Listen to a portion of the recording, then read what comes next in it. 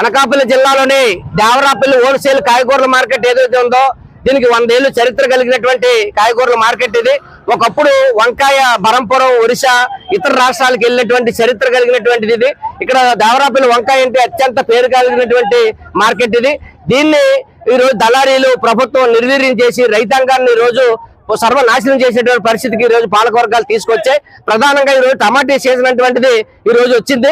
టమాటా season లో రైతులు ఎకరాకి 30,000-40,000 రూపాయలు పెట్టుబడి పెట్టి టమాటాలు పండిస్తే వాళ్ళేమో ఇక్కడ మార్కెట్ తీసుకొస్తే కొనే నాదుడే లేడు. 30 రూపాయలకి 50 రూపాయలకి టమాటాలు ఈ రోజు దళారీలు కొనేటువంటి పరిస్థితి ఉంది. ఒకవేళ దాచుకుందామంటే ఇక్కడ కోల్డ్ స్టోరేజ్ కానీ నిలువ నీడలేటువంటి పరిస్థితి.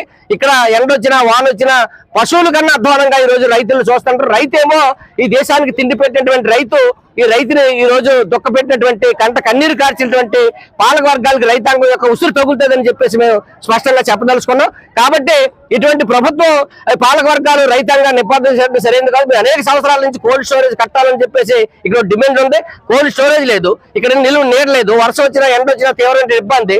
ఆశీలు మాత్రం ఈ రోజు విపరీతంగా డబ్బులు వసూలు చేస్తారు, వీళ్ళకి నిలువ నీడటువంటిది ఏర్పాటు చేయరు. కాబట్టి ఆశీల డబ్బులు కూడా రాక ఒక రైతు ఈ రోజు టమాటీలు రోడ్డు మీద పోసేసి మాకు ఇక్కడ టమాటీలు పండించడం పశువులకే వదిలేస్తాను.